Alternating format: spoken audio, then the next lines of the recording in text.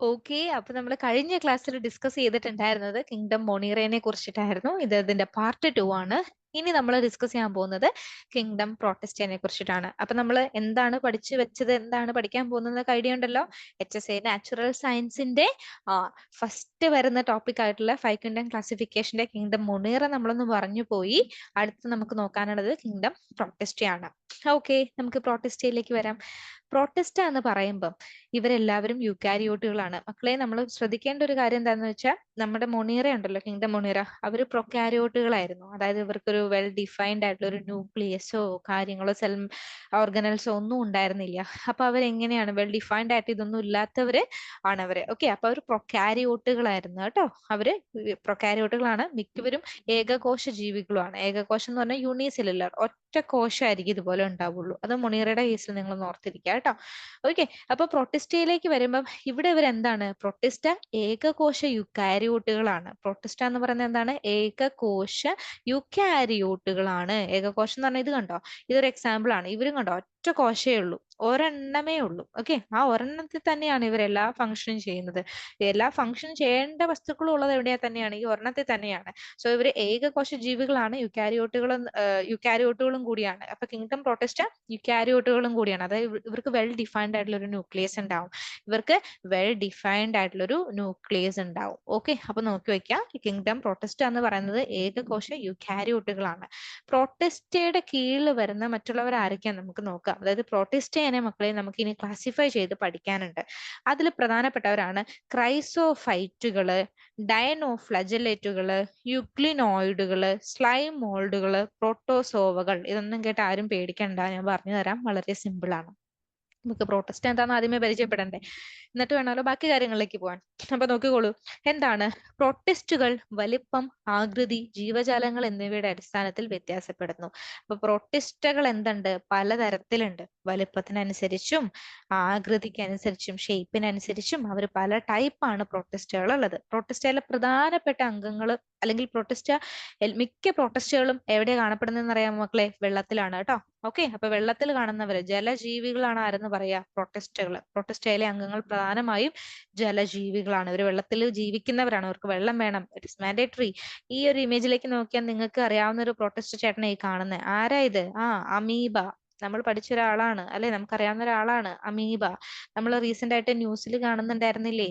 ആ അമീബ തലച്ചോറ് കാർന്ന് നിന്ന് കുട്ടികൾ മരിച്ചു എന്ന് പറഞ്ഞിട്ട് നമ്മൾ ന്യൂസ് കണ്ടില്ലേ? ആ അമീബ എന്ന് പറയുന്ന ആള് എവിടെയാ വരുന്നത്? പ്രൊട്ടിസ്റ്റയിലാ വരുന്നത്.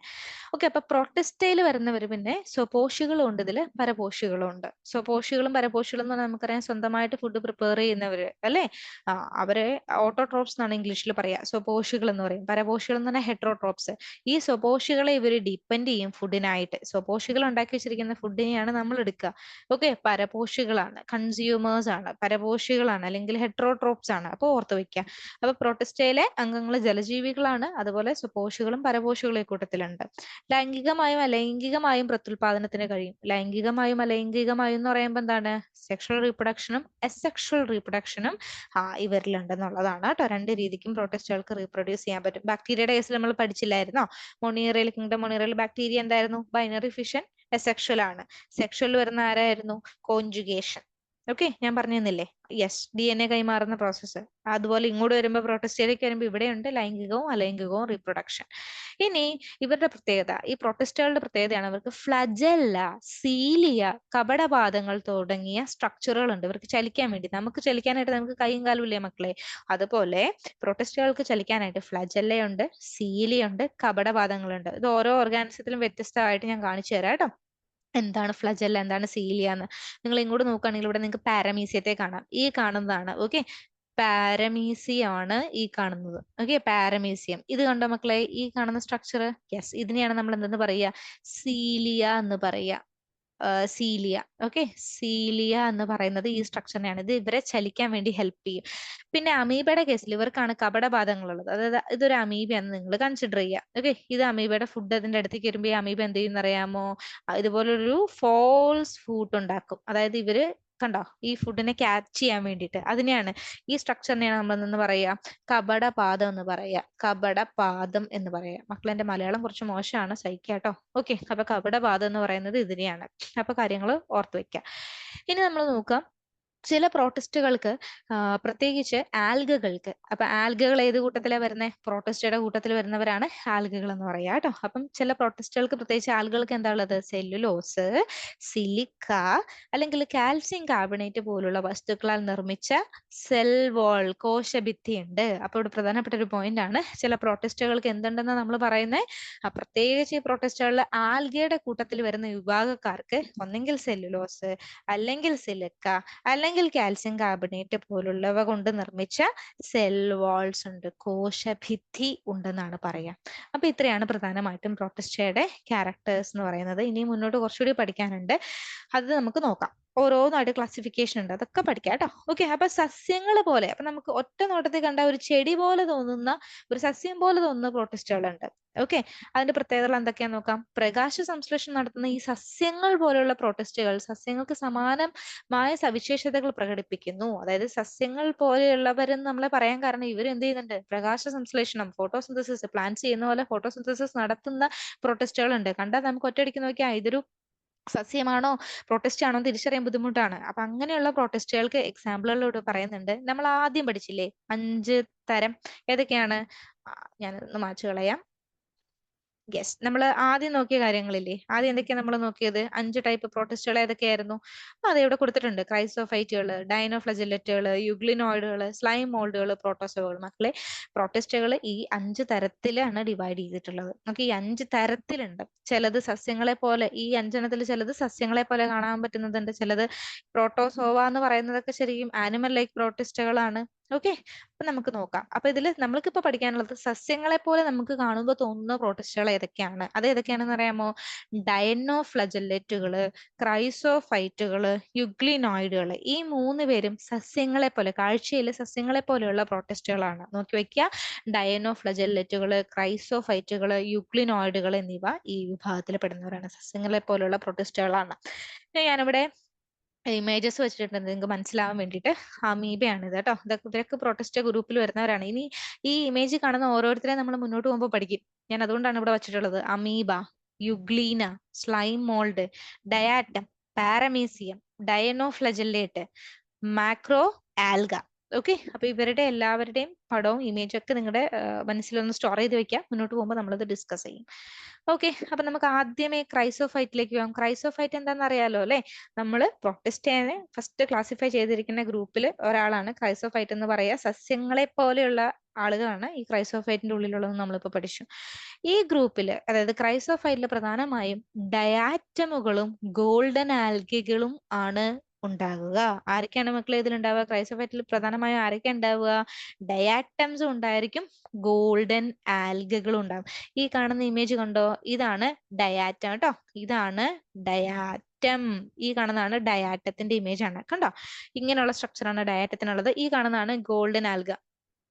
ഓക്കെ, ഗോൾഡൻ ആൽഗ ഈ കാണുന്നതാണ് കേട്ടോ, ഗോൾഡൻ ആൽഗ.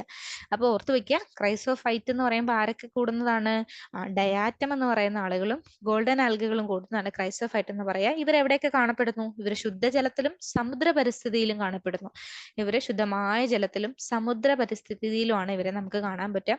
ഇനി സൂക്ഷ്മജീവികളായ ഇവ ജലപ്രവാഹങ്ങളിൽ നിഷ്ക്രിയമായി പൊങ്ങിക്കിടക്കുന്നു. അതായത് ഇവർക്ക് ഫ്ലോട്ട് ചെയ്ത്, അതായത് വാട്ടർ സർഫസിൽ ഫ്ലോട്ട് ചെയ്യാനുള്ള എബിലിറ്റി ഉണ്ടല്ലോ. ഈ വെള്ളത്തിൽ നിഷ്ക്രിയമായി എന്ന് പറയുകയാണെങ്കിൽ എന്താണ്, ഫ്രീ ഫ്ലോട്ടിംഗ് എന്ന് പറയത്തില്ലേ, അത് തന്നെയാണ് ഇവിടെ പറയാ.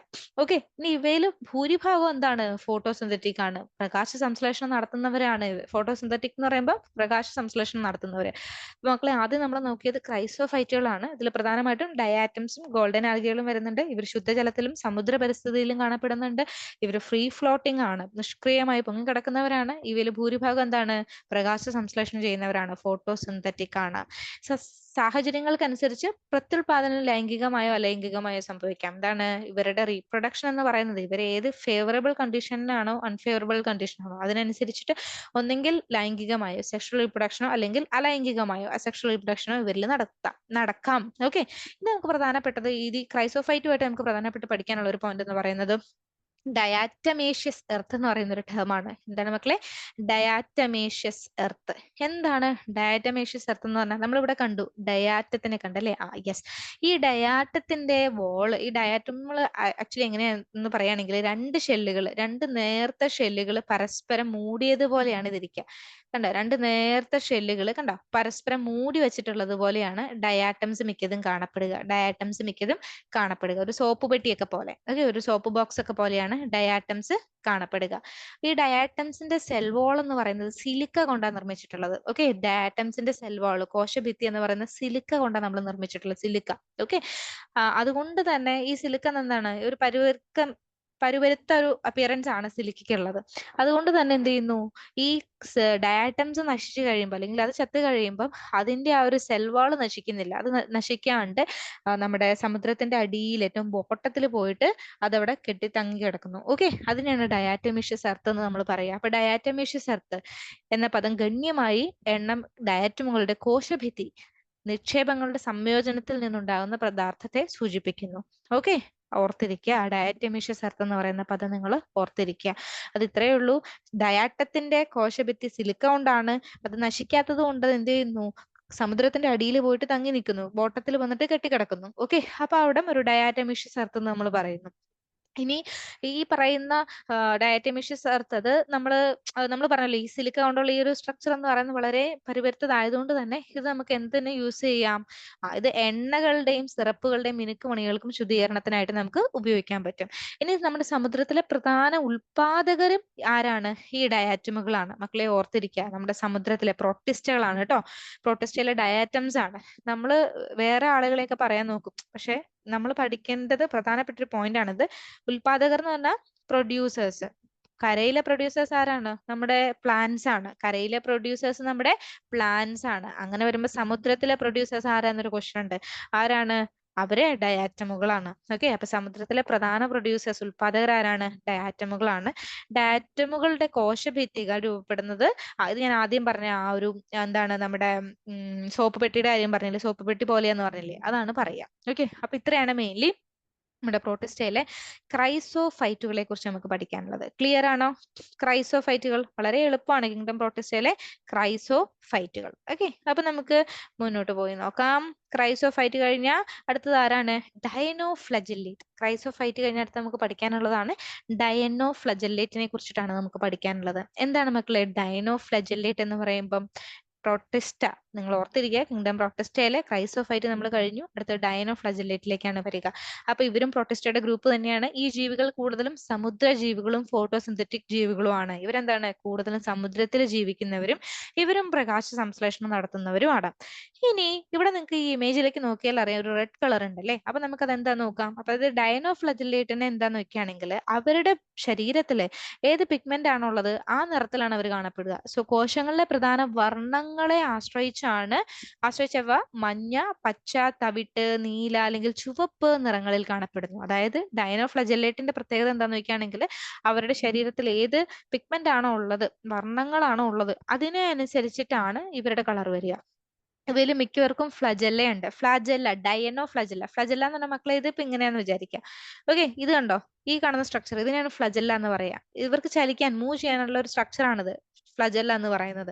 നമ്മളിവിടെ പ്രധാനമായിട്ടും ഡൈനോ ഫ്ലജലായിട്ടാണ് പഠിക്കുക. അപ്പൊ ഡൈ എന്ന് പറയുമ്പോൾ തന്നെ എന്താണ്, ഡൈ ഡൈ ഡൈ എന്ന് പറയുമ്പോൾ എന്താണ്, രണ്ട്. അപ്പൊ ഇവർക്ക് എന്താണ്, രണ്ട് ഫ്ലജല്ലകൾ ഉണ്ട് പ്രധാനമായിട്ട്.